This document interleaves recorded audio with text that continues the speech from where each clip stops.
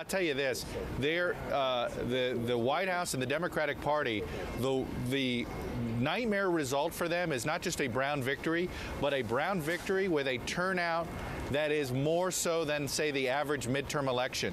2.2 million voters came out for Romney's election in '02 and for Deval Patrick's election in '06 in Massachusetts.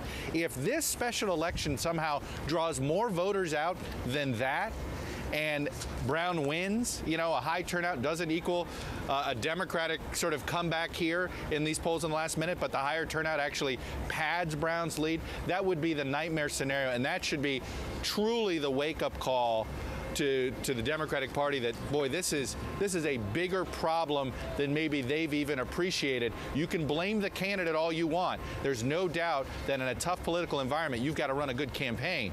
But bad candidates should be able to win in Massachusetts in a decent political environment, and clearly the political environment is not in good shape right now. The key to this is the independents. Tell me about the independents, Chuck, and what you're seeing and what you're picking up from Massachusetts in terms of the way independents, not only in Massachusetts but around the country, are reacting to the president's agenda and to Democratic candidates and incumbents.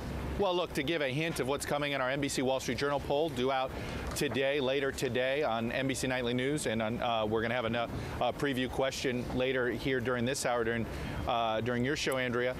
But we're seeing that it's independents that have moved away from Democrats and from the president. Independents have been the change voter more so than any. You know, if you do believe that it's sort of we're a 40-40 nation, right? 40% hardcore Democrats, 40% hardcore Republicans, and we've seen that in the last few elections. And this 20% in the middle swinging things of the independents. Well, they fired Republicans in '06. It was a change election. Fired Republicans again in '08. Another change election. And they seem to be.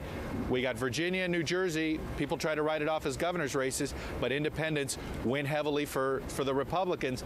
This one, Republicans are heavily going, independents are heavily going for Brown. Even if he loses, that independent number should be strike fear in Democrats in general all around the country.